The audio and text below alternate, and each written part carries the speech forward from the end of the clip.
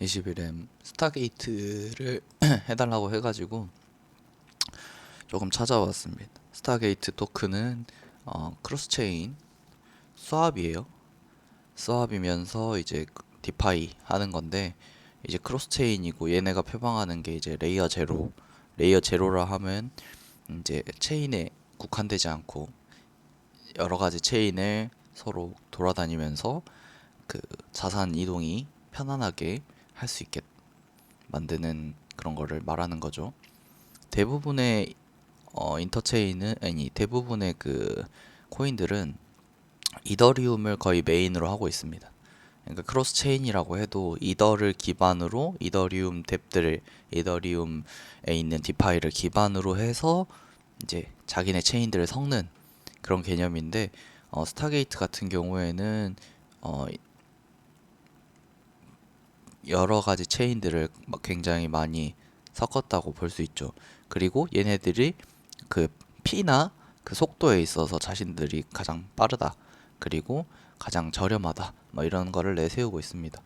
여기 보시면은 풀 같은 건, 스테이크 풀 같은 거는 여기 스테이블 코인이나 이더, 근데 여기 보시면은 팬텀, 옵티미즘, 아비트럼, 매틱, 이렇게 여러 가지가 있죠. 그거 풀, 이 풀 말고도 지금 여러 체인들에 있는 그런 풀들을 다 지원을 하고 있습니다. BNB랑 아발란체, 팬텀 뭐 거의 다 지원을 하고 있고요. 이것들의 장점은 뭐냐면, 내가 굳이 내 자산을 빼서 그거를 체인을 변환을 해서 어, 갖고 오지 않아도 내가 이 풀들의 음, 스타게이트 토큰을 통해서 파밍을 하고 스테이크를 하고 할 수 있다는 장점이 있죠. 실제로 그 장점 때문에 스타게이트는 나온 지 얼마 안 돼서 상당히 TBL을 모았습니다.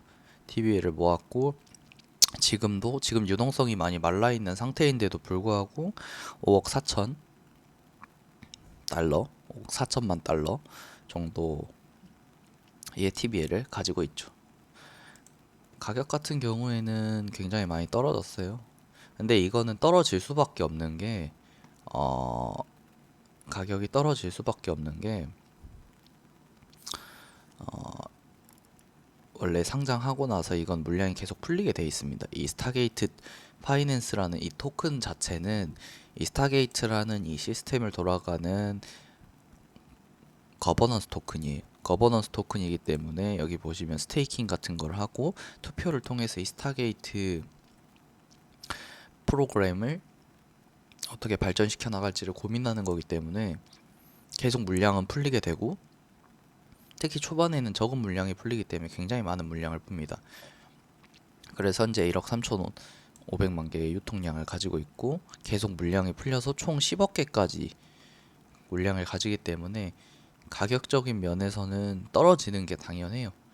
그리고 현재 시장 상황도 그렇게 좋지 않은 편이기 때문에. 그러면 얘네가 가진 특징이 뭔지 여기 쟁글에 나온 옛날 거긴 한데 어, 리서치가 있거든요. 한번 이걸 보면서 이야기를 해보죠. 이제 크로스체인 브릿지라는 게 스타게이트가 처음은 아닙니다. 스타게이트가 처음은 아니고, 유명한 게 뭐냐면 애니스왑이라고 있었어요. 제가 이것도 굉장히 주의 깊게 봤었는데, 크로스체인 스왑이 어려운 게 뭐냐면 여러 다종 간의 체인을 스왑해줘야 된다는 거예요. 그래서 그 풀이 굉장히 넓어야 되는데 생각보다 그렇게 풀이 넓지가 않거든요. 그러다 보니까 제한이 생기는 거예요. 어, 예를 들어서 뭐 이더리움의 이 토큰을 매틱 체인의 이 토큰으로 바꾸고 싶다. 그러면 사실 그렇게 뭐냐 풀을 조절하는 게, 사람들이 이더리움 쪽은 체인에 그냥 그나마 토큰들이 많이 있어요. 근데 뭐 폴리곤 체인은 폴리곤 체인에 있겠죠. 애니스왑에 그 풀에다 넣지가 않겠죠. 보통. 그러다 보니까 이 이종 간의 체인 교환에서도 굉장히 어려움이 많았어요. 그리고 그 관리, 지갑 관리나 그런 밸런싱 하는 것도 굉장히 쉬운 프로토콜은 아니었고. 그래서 애니스왑이 그 중에서는 가장 유명했습니다. 애니스왑이 유명했고, 어, 애니스왑이 여러 체인을 지원했고, 얘네도 굉장히 느렸어요. 제가 써봤는데 1시간 정도는 걸렸던 것 같아요. 수합을 하는데. 그래도 감지덕지죠. 왜냐면 내가 그거를 그 메인넷 코인, 그러니까 뭐 아발란체나 뭐 그런 걸로 바꿔서 이제 그거를 그 체인 브릿지를 통해서 보내서 그거를 또 다시 토큰으로 바꿔야 되는 번거로움, 그리고 수수료를 피할 수 있기도 하고. 뭐 내가 거래소에 보내고 싶다 그러면은, 예를 들어서 제가 아발란체 쪽 디파이를 했었는데, 아발란체에 있는 체인 테더를 내가 바로 보내지 못했어요, 거래소로, 예전에는. 그래서 그걸 브릿지를 통해서 다시, 그러니까 뭐 EVM 돌리던 거를 브릿지를 통해서 다시 아발란체 메인넷 체인으로 한 다음에, 아발란체 쪽에 테더를 또 지원을 하지는 않잖아요. 그러면 아발란체로 또 바꿔야 돼. 아발란체로 바꿔서 그거를 보낸다, 뭐 이런 식으로 하던가. 내가 사고 싶은 뭐 이더리움 쪽 토큰이 있으면 그걸 사기 위해서 또 이더로 바꿔야 되는 거죠. 그런 번거로움이 있었죠. 이제 그런 것들을 이제 애니스왑이 가장 잘, 그 당시에는 가장 큰 풀을 가지고 있었는데, 이제 이 출시된 크로스 체인 브릿지가 보안성이 취약하고, 당연히 취약할 수밖에 없어요. 핫 월렛 같은 게 많다 보니까. 왜 그러냐면 그 온체인상에서 이제 그대로 체인상에 풀 안에 있고 그거를 따로 빼놓을 수가 없어요. 이 너무 그 소소한 토큰들도 다 교환을 해줘야 되니까, 그런 입장이니까요. 그러다 보니까 유동성이 굉장히 항상 부족함에 허덕였습니다.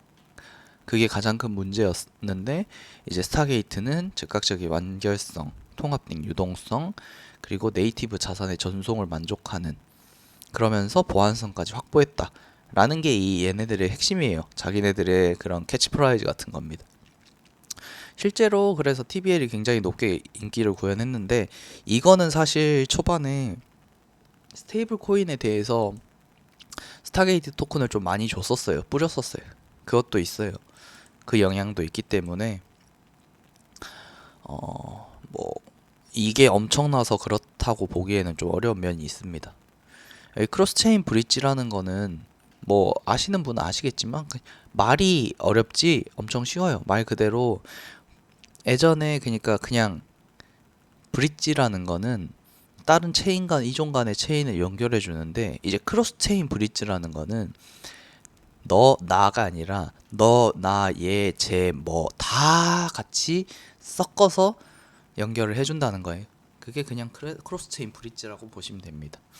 근데 이게 체인 간의 단절이 생기는데, 이더리움 하나만 있으면은 이더리움이, 그 이더리움 안에 있는 뎁들은 교환하는데 아무 문제가 없습니다. 이 토큰을 꼭 이더리움으로 바꿔서 그 이더리움을 다른 토큰으로 안 바꿔도 그냥 이 토큰에서 저 토큰 가는 게 쉬워요.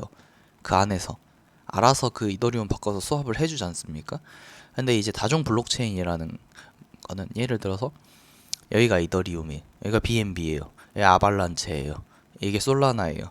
그러면 내가 여기에 있는 이더리움에 있는 토큰을 솔라나에 있는 토큰으로 바꾼다 했을 때, 이게 이 유동성을 이더리움으로 바꿔서 이 이더리움을 뭐 전송을 솔라나 체인 쪽으로 전송을 해서, 랩핑해서 전송을 해서 그거를 또 바꿔서, 약간 이런 식의 그런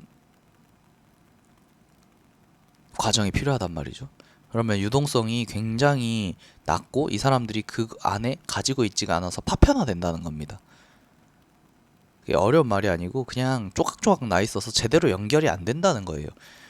그리고 또 여기 보시면은 랩BTC처럼 중앙화된 커스터디, 그러니까 BTC를 가장 핵심 그런 커스터디로 해서 그걸 가지고 계속 교환을 해주는 방식, 그러니까 거래소가 이제 약간 그런 느낌이잖아요.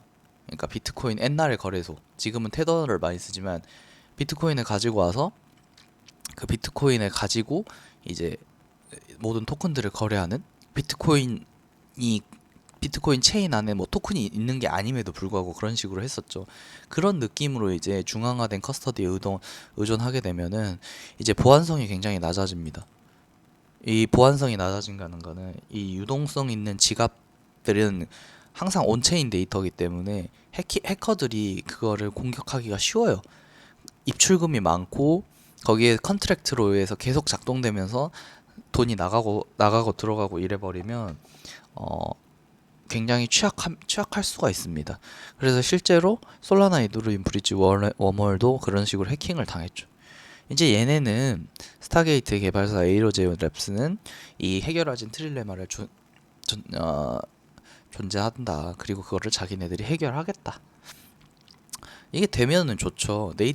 여기서 세 가지를 간단하게 말하자면은 속도가 빨라야 되고 유동성이 단일해야 된다. 그러니까 이 체인하고 저 체인하고 체인들의 유동성을 다 따로 놔두면 너무 파편화된다. 그리고 랩핑된 그러니까 랩핑됐다는 거는 뭔 말이냐면 스마트 컨트랙트에 의해서 내가 이 다른 블록체인에 사용하기 위해서 이 자산을 묶어 놓고 그 자산이 있다 치는 뭐 유가증권 같은 거를 발행을 하는 겁니다.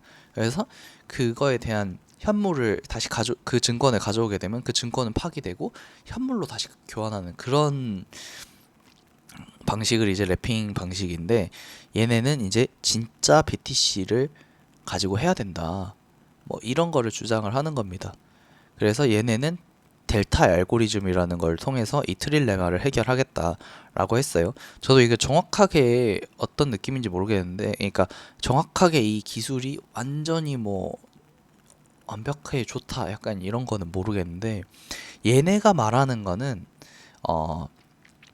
즉각적으로 이제 안결성을 보장해서 얘네가 가진 체인에 대한 토큰과 그런 전송 가능한 그거를 즉각적으로 알려서 그거를 리밸런싱하고 바로 트랜잭션을 발행시킬 수 있도록 하는 자체적인 알고리즘을 사용한다라고 하는데, 이 말 자체적인 알고리즘이라는 말 자체가 지들이 이제 개발을 하고 있는 거예요.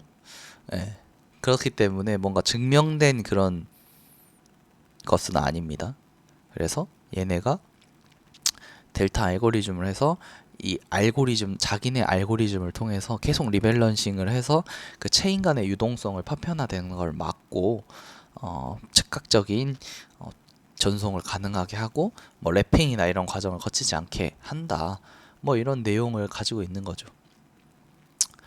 여기 보시면은 스시스왑은 이런 쪽에서 이제 많은 그런 협업을 이끌어내려고 하고 있어요. 아무래도 유니스왑에 비해서 유동성이 부족하고, 실제로 시간이 지나게 되면은 그게 남기 때문이죠. 그 메인 그것만 남기 때문이죠. 그래서 스시스왑은 자기네들이 이제 살아갈 방법을 모색하는 게 바로 이런 협업을 통해서 하는 겁니다. 그래서 여기 보시면 알겠지만 수합을 아발란체와 이더, 그러니까 다른 체인 간의 수합을 굉장히 쉽게 한다 라고 합니다. 여기서 이제 보안성을 어떻게 확보하냐 라고 하는데, 이거는 저는 지금 검증이 됐다고 생각을 하지 않아요. 얘네가 하는 그 보안성이라는 게 주장을 하는 거지 검증이 됐다고 생각하지는 않습니다. 여기 보시면은 뭐 라이트 노드라고 해가지고 그 노드를 이제 울트라 노드라고, 이거를 블록 헤더만을 떼는 건 라이트 노드인데 이거를 응용해가지고 일일이 이제 블록 헤더를 검증하면서도 오라클에게 이전 기록을 이름해가지고 비용을 경감한다. 그러니까 오라클을 통해서 얘네들이 모든 그런 거를 꼼꼼하게 점검을 하면서도 빠르고 경감한다라고 하는데, 이 부분에 있어서는 약간 검증이 필요한 것 같아요. 시간이 지나면서 얘네가 정말 보안에 문제가 없는지는 시간이 지나봐야 알 것 같습니다. 어쨌든 얘네가 주장하는 거는 이 오라클을 통한 시스템으로 빠르면서도 좀 더 보안하게 뛰어나게 보안을 할 수 있다라는 거죠. 근데 여기 보면은 문제에 대해서 또 이야기하고 있지만, 최악의 경우가 발생하더라도 네트워크 전체가 위험에 노출되지 않는다. 뭐 근데 이거는 뭐 당연한 거죠. 그러니까 약간 그 블록별로, 그러니까 그 블록체인의 블록이 아니라, 그러니까 그 체인 간 중계를 하면서 이 그 부분에 있어서는 손해를 감수하지만 전체 블록체인이 망가지지 않는다, 이 말은 되게 뭐라 그래야 돼? 당연히 그렇게 해야죠. 전체적으로 피해가 번지게 하면 안 되죠. 현재 지금 굉장히 여러 코인들 간의 그 브릿지를 하고 있습니다. 실제로 아까 페어 홈페이지에서 봤다시피 굉장히 여러 브릿지들을 하고 있고 핫한 그런 체인들, 핫한 그 레이어 2 이런 건 다 가져와서 잘 이용을 하고 있지만 어떻게 될지는 모르겠습니다. 이게 정말 개인적으로는 좋게 보고 있긴 해요. 잘 하고 있다고 생각은 하긴 하는데 아까 그런 것들이 약간 증명이 아직 안 돼서 그렇지 아이디어 자체는 되게 좋다고 생각을 하고 있습니다.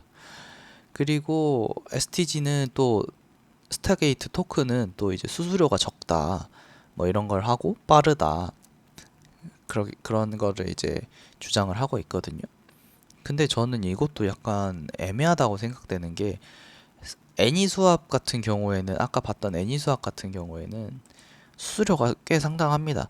당연히 브릿지를 통해서 직접 하는 것보다는 싸요. 그래서 쓰는 거죠. 그러면 왜 그러냐면 스마트 컨트랙트를 통해서 이렇게 자동화가 돼 있기 때문에 그렇다고 하더라도 애니수합은 그렇게 수수료가 싼 편은 아닙니다. 근데 수수료가 싸지 않음에도 불구하고 사람들이 그걸 사용하기 때문에 가치가 높은 거예요. 스타게이트는 굉장히 토큰을 소각하고 발행하는 형식으로 이루어지기 때문에 수수료를 요구하지 않는다. 그럼 스타게이트 토큰은 어디다 쓰는 거냐? 이게 좀 또 문제가 되는 겁니다. 수수료를 받을 수 있는 것도 아니고 이 스타게이트 토큰은 커브처럼 이 커브가 지금 성공한 게 뭐예요? 커브를 락업하고 부스터를 줘서 그 스테이블 코인이나 그런 거를 더 이자를 늘리고 뭐 그런 식으로 해서 커브가 한때 또 바짝 올랐었잖아요. 그런 것처럼 이제 커브의 모델을 차용하겠다고 하는 겁니다. 실제로 거버넌스들은 커브의 모델을 차용하는 경우가 굉장히 많아서 이거는 특별하다고 볼 수가 없겠네요. 여기 보시면은 투자 위험에 대해서 있는데 실제로 여기 보시면 유동성 물량이 계속 늘어나고 있기 때문에 빠지고 있어요. 메인넷 토큰 출시 아직 미정. 알라메다 리서치가 총 발행량 10% 보유. 펌핑 덤핑이 많겠죠. 스마트 컨트랙트 기반이기 때문에 취약점이 존재할 수 있다. 이게 뭔 말이냐면요. 똑같다는 거예요. 얘네가 다르다고 말을 하지만 사실상 스마트 컨트랙트로 짜여졌기 때문에 코드상의 문제로 인해 얘네도 얼마든지 해킹당할 수 있다는 거죠. 출시 직후 빠른 TBI 상승했지만 지금은 어쨌든 그래도 생각보다 잘 버티고 있어요. 저는 더 빠질 줄 알았거든요. TBI 같은 경우는.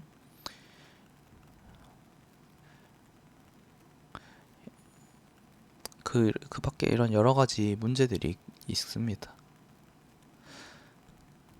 그래서 이제 최종적으로 정리를 하자면은 얘네들 아이디어는 새롭고 실제로 그 아이디어를 실행해 나가는 게 있어서 좋게 보지만 얘네가 정말 다른지에 대해서는 검증이 필요하다는 거죠. 근데 이 레이어 제로 여기 스타게이트 토큰을 개발하는 레이어 제로 이 랩스 여기도 투자를 굉장히 많이 받았고 일단 러그나 스캠은 아니다. 그래서 이 기술에 대해서 좀 믿음이 있는 사람들은 투자할 만한 가치가 있다. 하지만 정말 다른지 정말 얘네가 그 크로스체인 트릴레마를 해결하면서 완전한 이 크로스체인 수합의 그런 대장이 될 수 있는지에 대해서는 지켜봐야 된다. 뭐 이 정도까지 하겠습니다. 여기까지 할게요.